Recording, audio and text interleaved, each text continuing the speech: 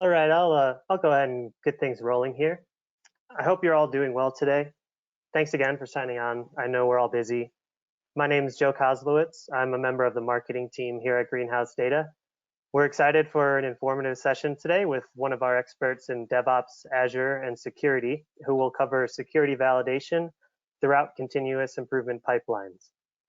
Before I hand things off, I'm just going to give a quick overview of how our company can help your organization meet your technology challenges.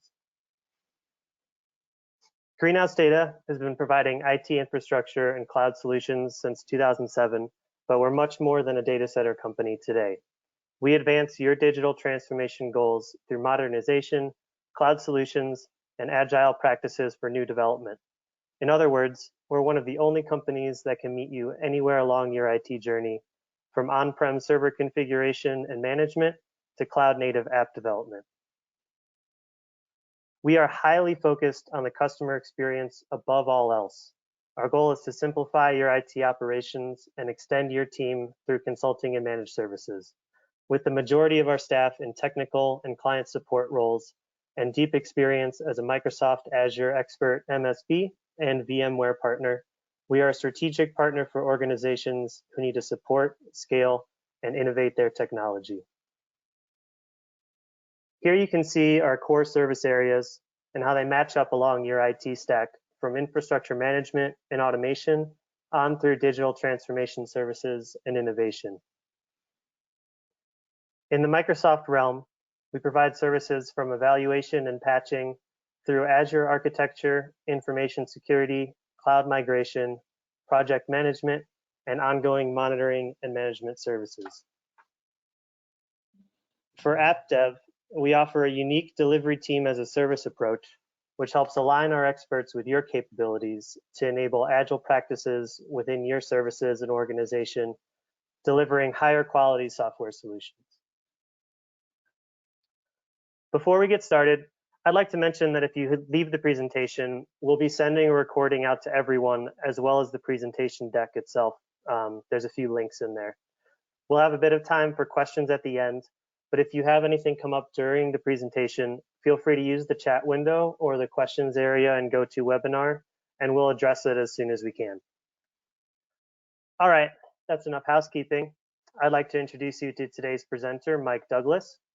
Mike works out of our Omaha Deliveron office as a solution consultant. He specializes in building and delivering secure cloud-native applications. Mike is an active leader in his local DevOps meetup groups, and he has helped organize Azure and DevOps boot camps. Mike is also a Microsoft MVP. Mike, thanks for joining us today. I'll go ahead and switch things over to you. All right, thanks, Joe. Thanks, everybody, for joining. Really excited to talk about this topic here, which is everybody seeing? I've got your screen, Mike. You see the deck okay? Yes, sir. Perfect. All right. All right, so we'll get started. So today we're going to talk about, building a secure CI/CD pipeline, and really the idea of this is, really to start thinking about how we can change security from being an afterthought or being at the kind of the end of the process, and doing what you probably heard quite a bit about, shifting it left and doing it much earlier in the process. So we'll talk a lot about that here in the next 45 minutes or so. So I added these 3 takeaways. These are like the main things I really hope to get out of this, or everybody gets out of this session. So the first one is really understanding why security is so important. And I imagine a number of you already know that. That's why you're here listening to this talk. But really to emphasize, why has this become so different than it has in the past? The other thing is really just understanding kind of 4 different perspectives and areas around building secure applications. You can't just be like good at one. We really need to kind of look at all 4 of them to give that holistic view of a secure application. And then the last one there is how you can immediately take advantage of some of these things that I'm going to show. And so even though I'm going to be showing how some of these work in using some specific tools like Azure DevOps, a lot of these are tool agnostic, and no matter what tool chain you're using, you can take advantage of a lot of these things right away, or any platform that you're developing on. But the things that'll be shown here are like near free and really easy to incorporate. So things you can take back to the your virtual office and start taking advantage right away.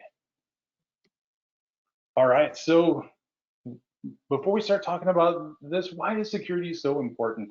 And I think if we just kind of look back a little bit in history, I think that really helps understand. So from a developer perspective, and I have a developer background, so this really is kind of matches my history over the years. And really from a developer perspective, especially I'd say 15 years ago, it was really just not even really something developers thought about actively. It was really more of an operations problem. It's from we were building a lot of applications within the network. Really didn't have to worry about security. Obviously, the last 7 or 8 years, that's completely changed. And imagine same thing with everybody listening too. The other aspect of it is from more of the infrastructure standpoint. From an infrastructure standpoint, it's really been thought about more about securing the perimeter and having a strong perimeter. Well, unfortunately, like today's applications are more complex and distributed, so it's really hard to get that perimeter tight. And one of the things you may have heard is like assume breach. While that doesn't mean we need to just give up and close shop because we're going to be breached, but it really means like thinking about what people could get access to, logging it so we know, and I'll talk a lot about more of that. But the real thing here with infrastructure is not just thinking about a secure perimeter, because if you do, and that perimeter is broken, just like what happens to an egg. The perimeter breaks and the egg cracks. So same thing with security. We need to think about it holistically. And then from a role in your organization, security doesn't just belong to like InfoSec or one group in your organization. It really needs to be thought about through the entire organization. And that's really key here with the whole process from development to production. There's some couple trends too, I think today that are really changing things. I talked about this a little bit, but applications are no longer just behind a firewall. I'd say probably the majority of the applications we're building are either public facing and hosted within companies' networks or in the public cloud. And so either one of those, we have to really take security to the next level when they're publicly exposed. We can hardly go a week or so without seeing information in the news about data breaches and hacks, or getting information in the mail saying your account may have been hacked. And hundreds of companies, billions of accounts have been hacked. A lot of known companies. I'm sure everyone on the call and everyone else doesn't want to be the next one on that list. So that's really important there. The other thing is, that I touched about this a little bit too, but that whole momentum that going from kind of traditional waterfall to doing things in a more incremental, agile way, and now even with DevOps, doing things in a faster way, being able to deploy even multiple times per day. Our traditional security processes that we put in place really don't work anymore. Like we can't give the security team 2 weeks to review our code when we're trying to deploy every week. So we just don't have time for that. So we really have to think about how to accomplish the same thing, but do it faster. And then the last thing here I just want to touch on is applications today are much more complex than they used to be. And I think that is really also a challenge. They're public facing, they're SPA architecture, so they're JavaScript, basically open code and running on our local browsers. They're distributed, microservices based. So we have a lot of services and a lot of different pieces talking to each other. And all those are challenges to make sure that we're doing each one of those and have them all talking together in a secure way. So those are really some of the challenges. And I think here is really some ways to help mitigate that. So we're going to talk about holistically, like what makes an application secure. There's really 4 areas. The first one we need to start with is secure infrastructure. Then we need to make sure that we're actually building our application using a secure application architecture. And then kind of the main focus of this talk is really about how, if we're building those, how do we validate that we're still using those security principles in a continuous way. And then last, we'll talk about monitoring, because that's really important too, is once our application's in production. So we'll really touch on all 4 of those to really show what makes a secure application. All right, so real briefly, we're going to talk about infrastructure. So the first one is starting with those physical security controls. So it doesn't matter how secure we're building our application. If it's hosted on a laptop in my basement, well, all somebody has to do is walk into my basement, get my laptop, and now they have our whole application. So we really need to make sure these controls are secure. I'd say most organizations are doing a really good job with this, and all the public clouds are doing this in a very secure way too. But I want to start with that. We need to make sure our data is secured and encrypted. So whether it's at rest in our database or whether across the transit, it's actually being secure. So we need to make sure we're using SSL and TLS to encrypt those things. There's a tool out there called SSL Labs.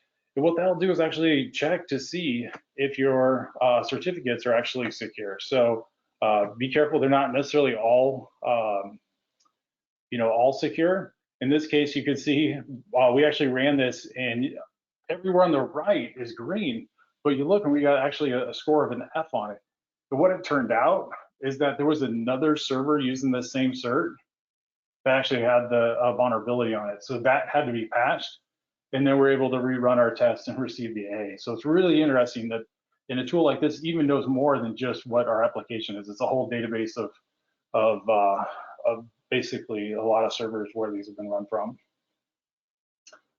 Other things that really help from a secure infrastructure standpoint is really being able to protect from attacks like DDoS. So if we've got a whole bunch of requests coming in where they're trying to overload our systems and shut us down, there's a lot of ways to protect us from that, and having more of DDoS protection.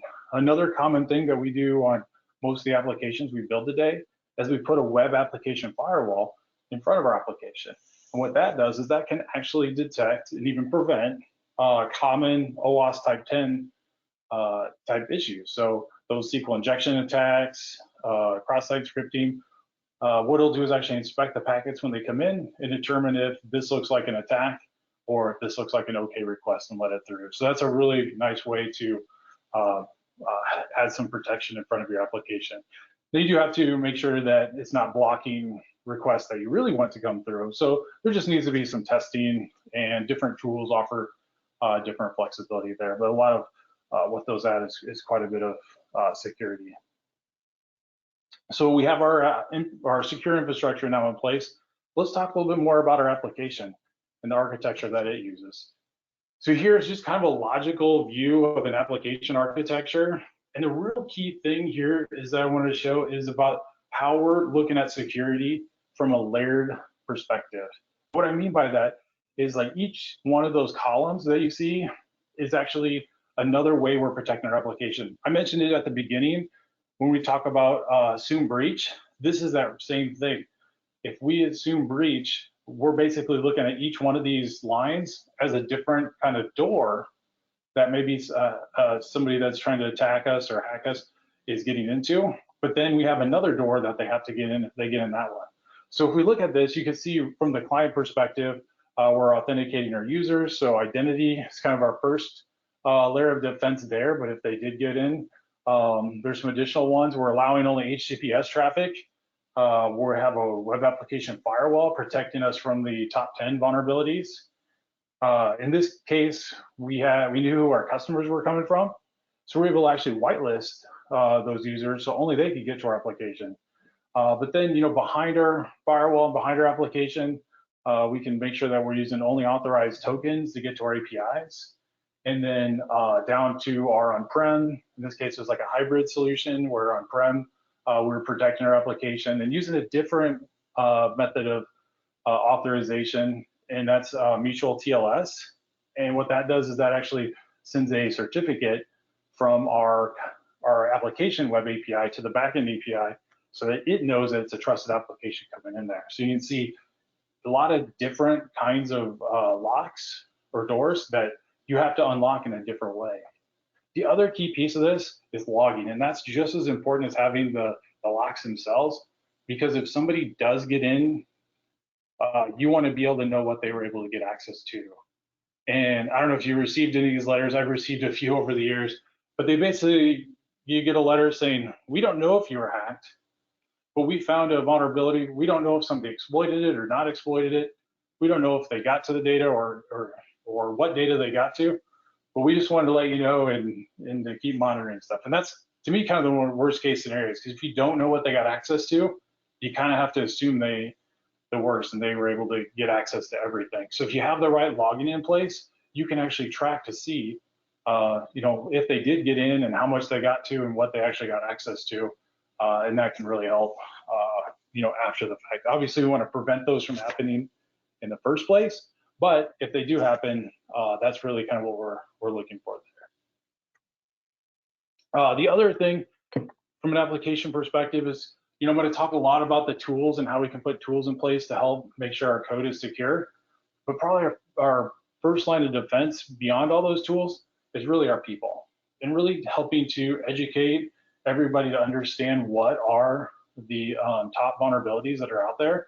And there's a lot of really good tools out there. OWASP is a great group there. They have tons of resources to help build secure websites. There's a couple tools I use quite often. The OWASP Top 10, that's published every 2 years. The latest was in 2017. If I could see your hands, I would be asking, how many people, know what like SQL injection attack is, and probably everybody does.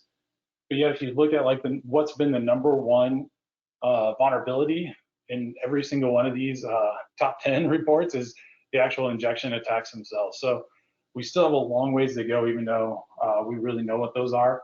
But those are the top 10. The other resource that you can use right along with that is called the OWASP cheat sheets. And what's really nice about that is they have cheat sheets for essentially every programming language and every different technology you can think of or approach. So like there's .NET, there's one, Java, JavaScript, but there's also ones in particular for like if you're building REST APIs. There's a whole cheat sheet on how to build secure REST APIs. And they give you examples that link back to these top 10 vulnerabilities. So, a really good resource, and I'd say definitely be starting with your people. We've set up in a lot of organizations is just like lunch and learns that the the group can basically be going through these and getting everybody up to speed and learning about them, and then of course incorporate them into our code reviews. All right.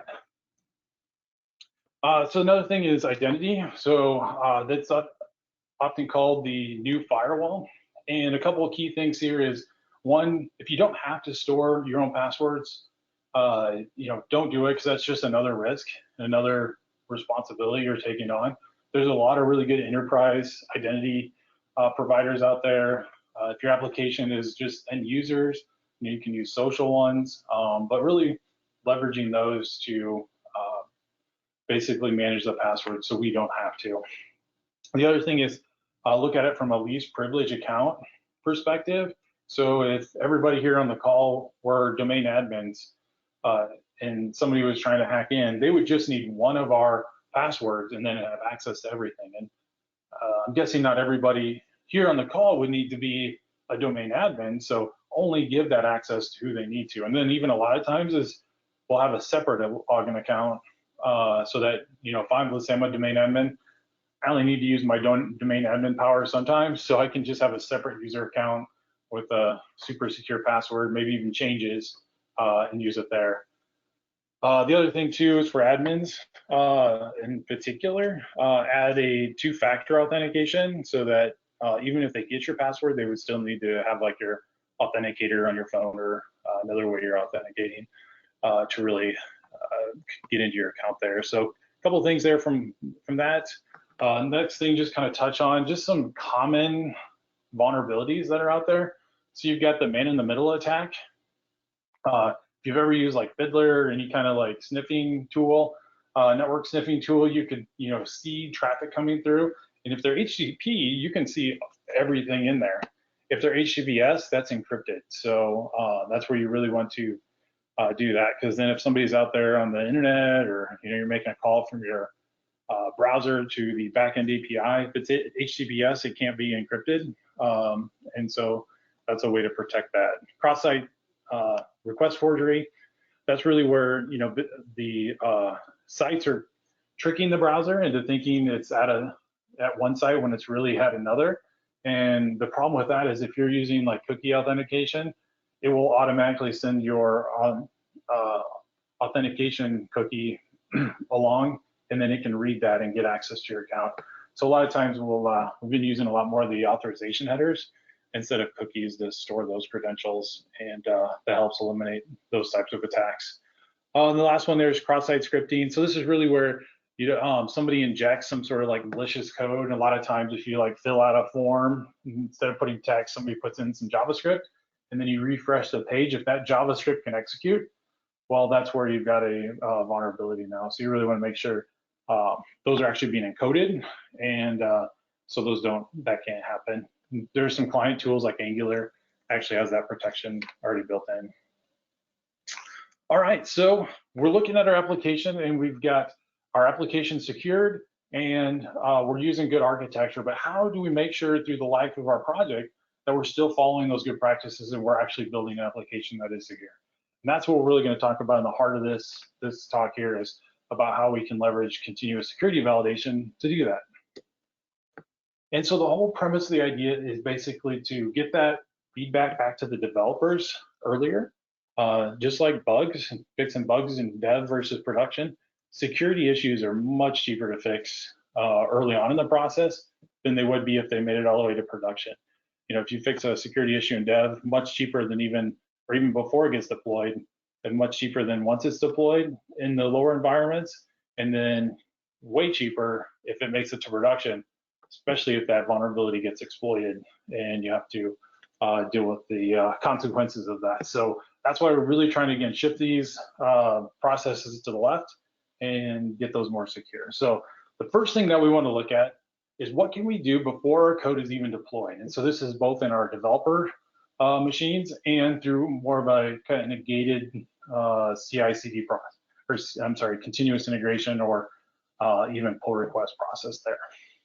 There's some commercial tools out there that we've worked with customers on implementing. Checkmarks is a really popular one. There it can basically scan code for any kind of vulnerabilities that might be in there. And what that's called is static application security testing. So that's where it goes. There's also, there's other tools that can like analyze binaries. And you can see there's a lot of open source tools available also. And those might not be quite as good, but if you're not using anything, I would highly recommend leveraging one of these tools to get started. One I like to use actually is called the Security Code Scanner. That's just a NuGet package you can add into your .NET, or if you're writing JavaScript code, there's some add-ins to ESLint and TSLint that you can do to start getting some of those rules baked in. So it's analyzing it from a code perspective. You can see some of the other tools, and really it varies what tool you use based on maybe what development languages you're using and what other tools you have. If you have SonarQube, then maybe SonarLint's a good tool to use because it integrates with that. All right, so I've been talking a lot. Let's actually jump right into a demo here. So I want to show actually this secure code scanner in action and show you how that works. So here's Visual Studio. I've got this application called webgoat.net. This is actually another OWASP tool out there. It's a great learning tool if you want to start learning how to do any kind of like pen testing or learn about security areas, because it has plenty of security problems in it, if you will. So this is what we're going to use to demonstrate how we can start fixing that. So what I want to do is just come in here, just like we're going to add any NuGet package. I can come out here, browse to the one I want to look for. And here I'm just going to put in security code scan. And I've got two options here. So I'm going to add that in just like normal. All right, and once I have that installed in my application, I can basically rebuild it. The background compiler should hopefully catch up to this. But this will give us a view of all our errors. You can see here we have 40 warnings now. And so just like if you've used like FXCop or any of the other linting tools out there, this will start showing the warnings. And you can see here, there's a couple ones from a cookie standpoint, potential cross-scripting vulnerability. So there's a couple layers. So let's just jump into this cookie one. And this is using cookies quite a bit. You can see if I highlight over it, I've got the error messages. I just updated Visual Studio, so it always is great here from a change perspective. But usually when you click on this, it'll take you right to the actual error messages. For some reason, this is actually searching Bing for that error message. So I'm guessing either Visual Studio probably changed something here. But let's actually just switch and pretend that I clicked on that, because it would have actually taken me right here.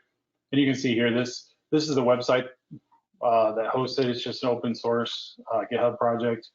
But then here I can actually come into the rules and it'll show me the rules here. And this is the cookie without SSL. It's really nice because it will actually show you, what is the problem, what's, your vulnerable code looks like. Yep, looks just like my code. And then I can actually come down here and see the result. There's two that are really tightly related, this, without the SSL flag and without the HTTP only flag. And it's basically saying to mark both of them true. And the real idea here is by default, if they're not true, if they're false, JavaScript can read it, but most of the time you don't need JavaScript to read your security cookie. So that's where we want to go ahead and add these on there unless there's a real reason to need it. So I'm just going to copy these two guys.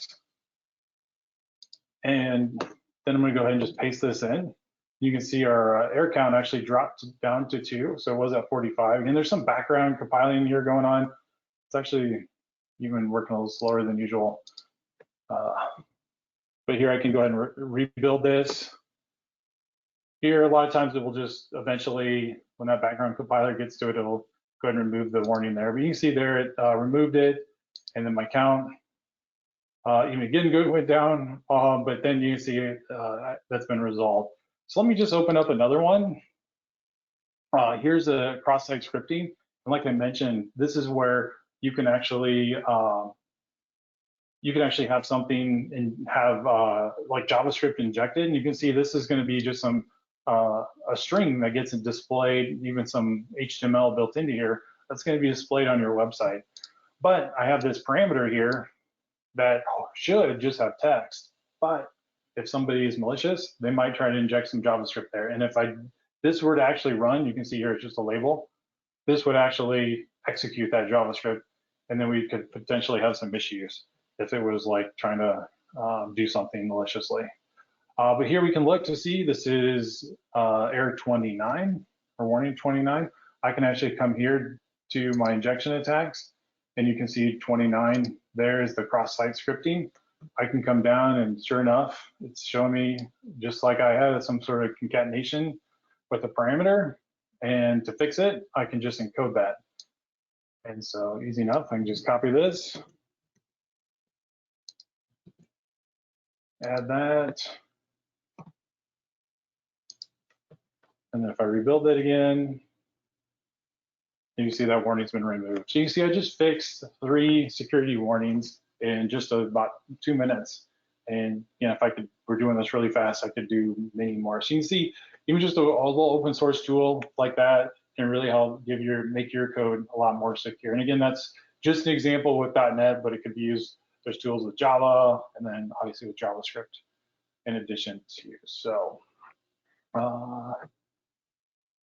that's the main thing. Again, these are all the different rules. So there's ones around injection. You can see, not just cross-site scripting, but there's also SQL injection, quite a few warnings for that, which is really nice. Even ones all going back for like Entity Framework, cryptography, cookies, state, request validation, password management.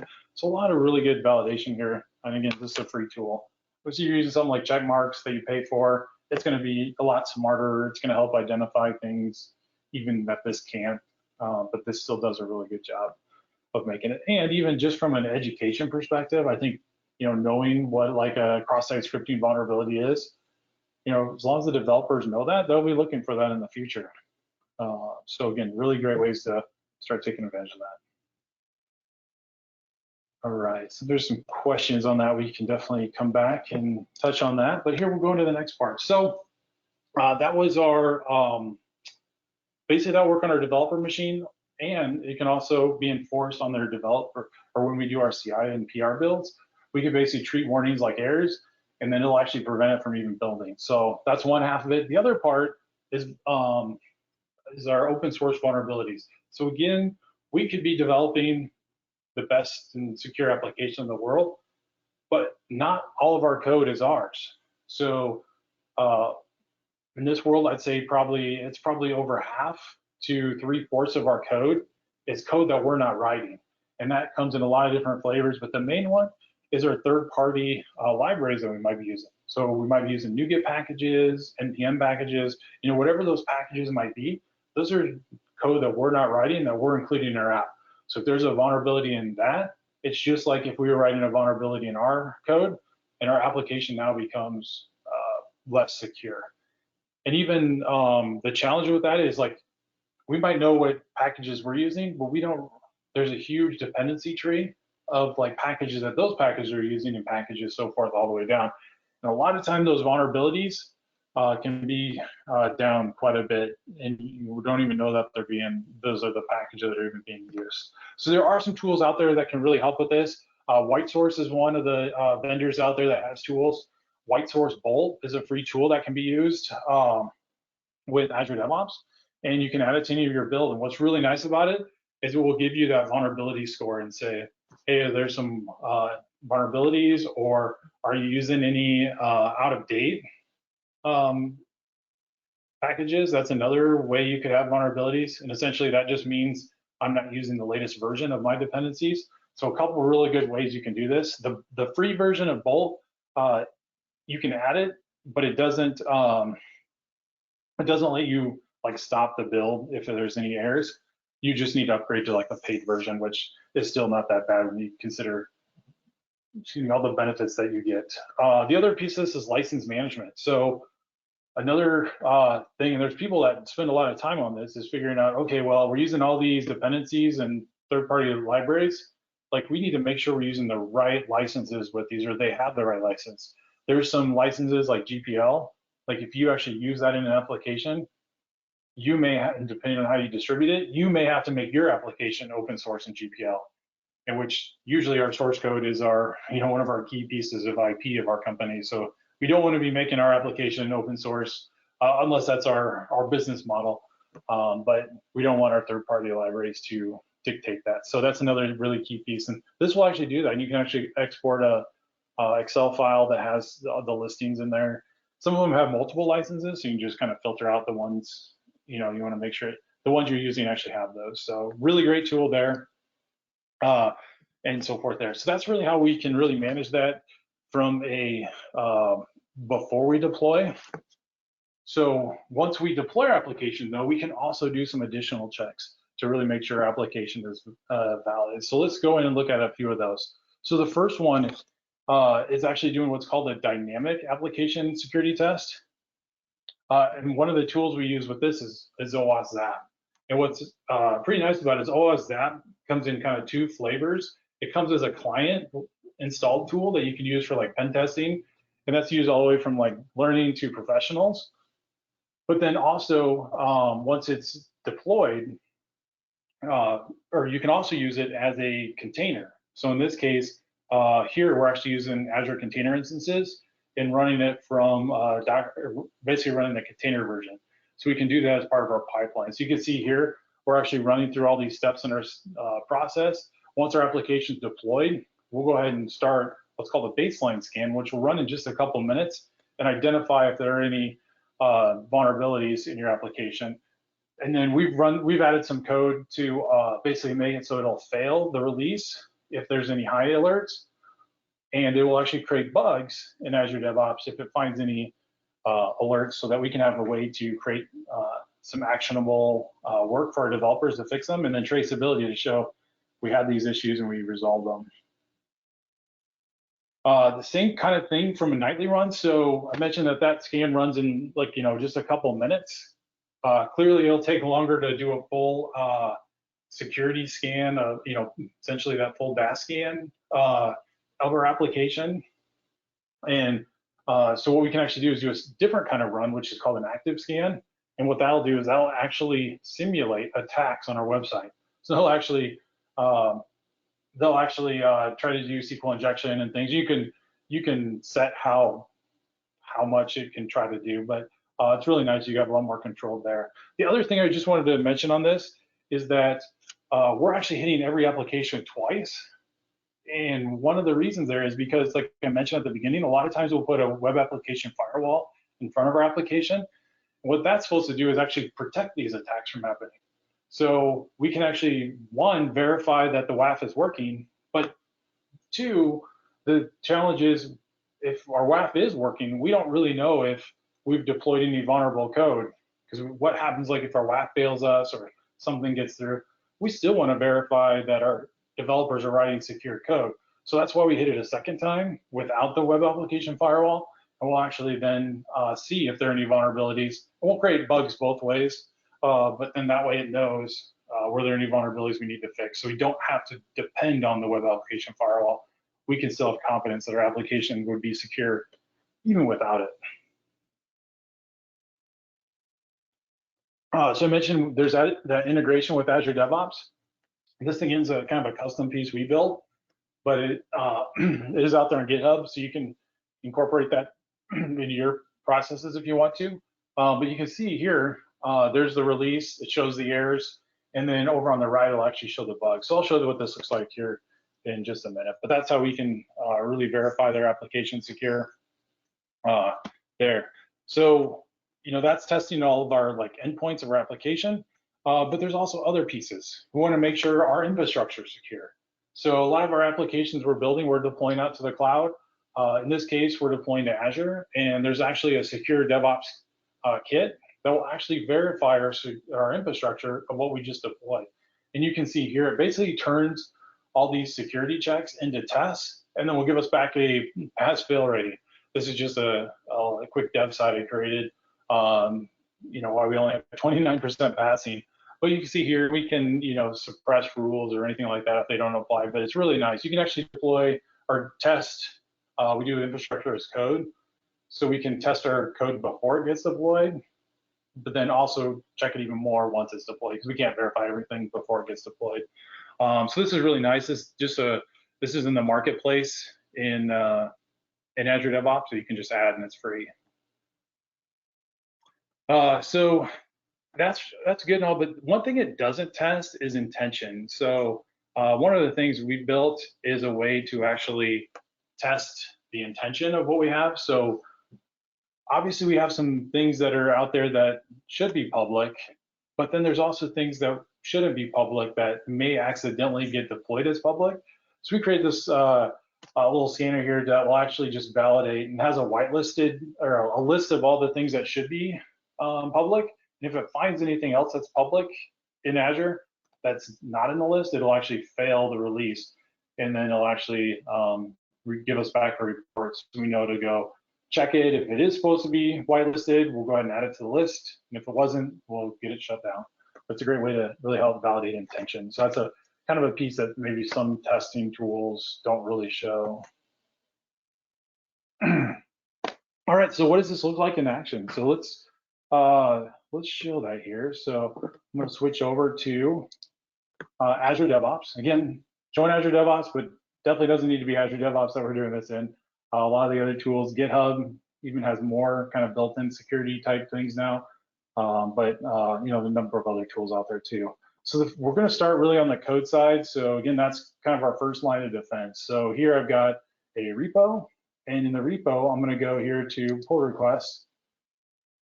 And then I'm going to actually create a pull request. And if you're not familiar with what a pull request is, that is basically a developer saying, I'm done with my code, or my code's at a certain point. I want it now merged and integrated into a kind of shared branch. In this case, I'm going from my topic or feature branch to the actual master branch. So it'll be ready. And you can see I even have traceability of the work items that I linked to when I committed. And then I'm actually going to create that pull request. And what's really nice about that pull request is over here, I can set a number of policies, and these policies can actually validate, or actually have to be validated before my code can be merged. And you can see here, first one is the build. It's actually running a pull request build. that we've set. And in that case, we do things like do that secure the SAS testing. We make sure it runs the unit test. We do the open source scanning. All those things we do there to make sure it passes. Plus, we have to have a code review. So here you can see we have to have at least one other person review the code before it goes in. So we can actually make sure, again, our code is secure before that happens. So we won't wait till this one's done for kind of lack of time here. We'll jump to one that's been previously done. And in here, I can actually see the results.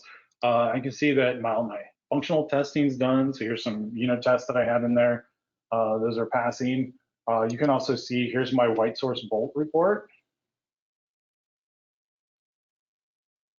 And you can see in here, I'm actually secure. I don't have any outdated libraries, and everything I checked was good. And then down here, you can see this in that screenshot, but you can see here's the different licenses that I'm using, so you know that my application's secure. So all across the board, really all three of those things check out. So I'm good. Again, this can't actually verify or won't stop me, but the paid version would do that. Here also too, if I had any security vulnerabilities in my code, it would actually alert me here and could fail the overall build itself. So again, how I can actually validate before that code gets merged and deployed into even the first environment. So again, that first level of protection that I showed with that. So then the next piece is the actual release. And so we're really kind of touching on with that second part in here. Now I have my deployment. So SDP is our software delivery pipeline, and that's really that whole process all the way from our developer machine to production. Here's my releases. You can see this latest release actually failed in dev. Let's actually look to see what it's doing here. And the steps it's doing here, I'm going through dev, test, and prod. I've got a approval that's required to go into prod, but in dev, I'm doing a number of steps. The first thing it's doing is actually creating the infrastructure. If it's not there, again, using infrastructure as code, I'm deploying or provisioning the web infrastructure, my API infrastructure. Now I'm deploying the applications out there. And then here, these next three steps are actually running the OWASP scan. So here's doing the baseline pen test. I'm actually then attaching the report and then creating any bugs that might have come up from those alerts there. And then you can see I'm actually doing some additional testing, including that Azure security scan. So those are all the steps that have to be done before it can actually make it to production. If any of these fail, it'll stop it, and then we'll have to get those fixed before it goes to production. And everybody's pipeline's a little bit different. We may not want all these to run before it goes into test. Maybe we want to run these in test. Maybe we want to run them kind of parallel, but we really want to try to do as early as possible so we can get them fixed as early as possible. And just like anything, if you created any kind of like FXCOP or any of those static rules, if you try to do it, you know, at the end of the project or in the middle, there's tons of things you have to fix to get it kind of clean. You should just start these from the beginning, then it's really easy to keep everything green throughout the process. So let's jump and look over here at that latest release that failed. So I'll open up that one. We'll come down in here, and you can see it actually passed all here, so I didn't find any high security issues, but it did come down here, and sure enough, we ran into the issue with our Azure security scan, so we only have 34%. I think that was a little higher than I showed in my in the screenshot, but still not passing there. So we'd have to go fix that and get those all addressed before it'll pass with that. The other thing I mentioned is the integration with OWASP. Again, this is just some custom stuff we've added, but here's the actual test results. Here's the error that it found with it. I can actually click on the test run and look at the attachments. Here I can actually download the OWASP error message. And you can see I've got 1 medium, 6 low, and 2 informational. And this is really nice because this will actually give a lot of information about the alerts and even again how to try to fix those. There you can see here kind of and some of the low ones here. So a lot of the issues that it can find. And what's really nice too is it does show all the evidence of where it actually finds the error, where it thinks the error is. And then you can also create some rules to suppress rules and suppress even the particular failure. So Again, the idea would be is like, let's get this green so we can get this all passing. Oh yeah, the last thing here to do. So here's an example of the bugs then. So what we have is we have a way to basically have these bugs, and we've here tagged them OWASP, and there's some control over how you want these tagged and named, but you can really see what the issues are, and this gives a way for the developers to fix it. What's nice is we can move these into resolved if they are fixed, and the next time the scan runs, it will either close them if they're passed, or it will move them back to active if it still finds the vulnerability. So provide some stuff there, and that's out on again github.com/deliveron if you're looking for or how to do that piece of it with that. So let's switch back here. Got to show those pieces. So that's really, when we talk about the security, continuous security validation, that's how we can validate things, again, all the way from the developers' machines all the way through to it goes to production. So the last piece here is monitoring, and this is really important because we won't be making changes to our applications all the time forever, right? There's a point in time where they'll say, okay, you guys pause on this. We don't need to make any more changes to our application, but yet it's still running out there. And one of the key things is even though we're not making changes and we're not potentially adding any new vulnerabilities, there may be one out there that we just never detected. And the hackers, you can guarantee, are changing the way that they are attacking your applications constantly. So they're always trying new approaches and new tools. So we really, in that case, security is this living thing that we want to always be monitoring. Again, soon breach. What can they get to? How can we detect it? How can we prevent it? And what kind of remediation steps do we have there? There's a couple other monitoring things that we've done in the past. Sometimes from a compliance standpoint, that's another kind of piece to this, is that we may be wanting to monitor to make sure things can't get deployed out there to production, and basically having things that will, we built some services that will actually fail a release if it doesn't meet all the compliance requirements. In this case, the dev team could change their pipeline because we wanted to give them the flexibility to really own it. But there was a standard set of tasks that could not be disabled or removed, and then the right person had to be in there for a PO approval.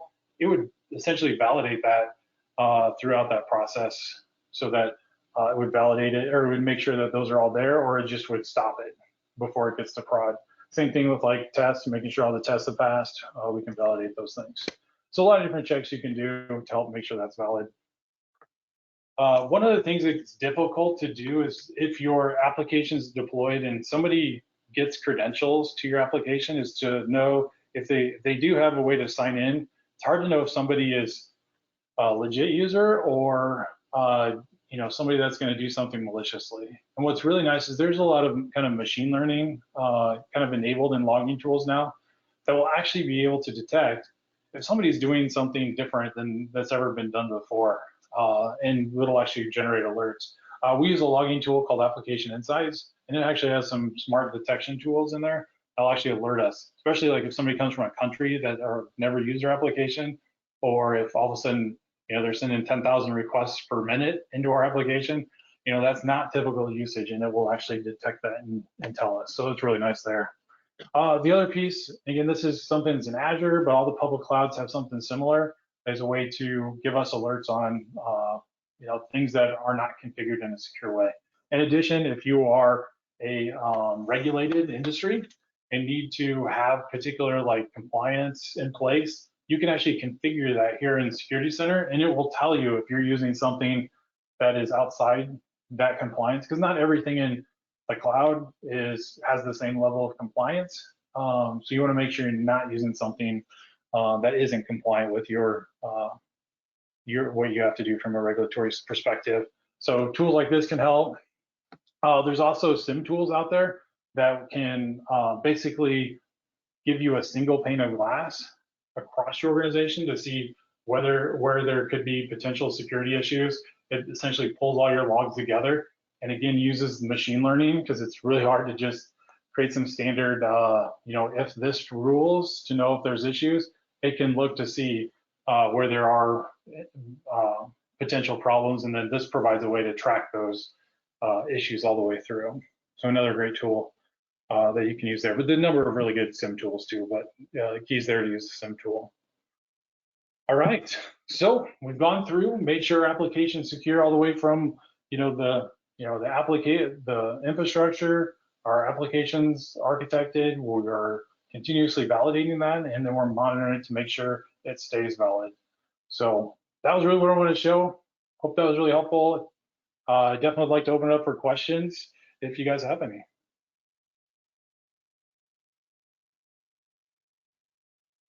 All right, are there any questions at all in the chat room, Joe?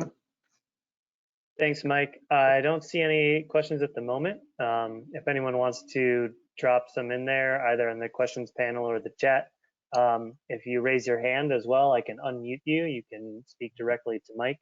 We'll hang around for another minute or two just in case there are any questions.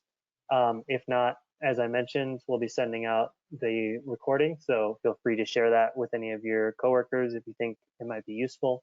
And you can reach out to Mike or myself with any questions if they occur to you later as well.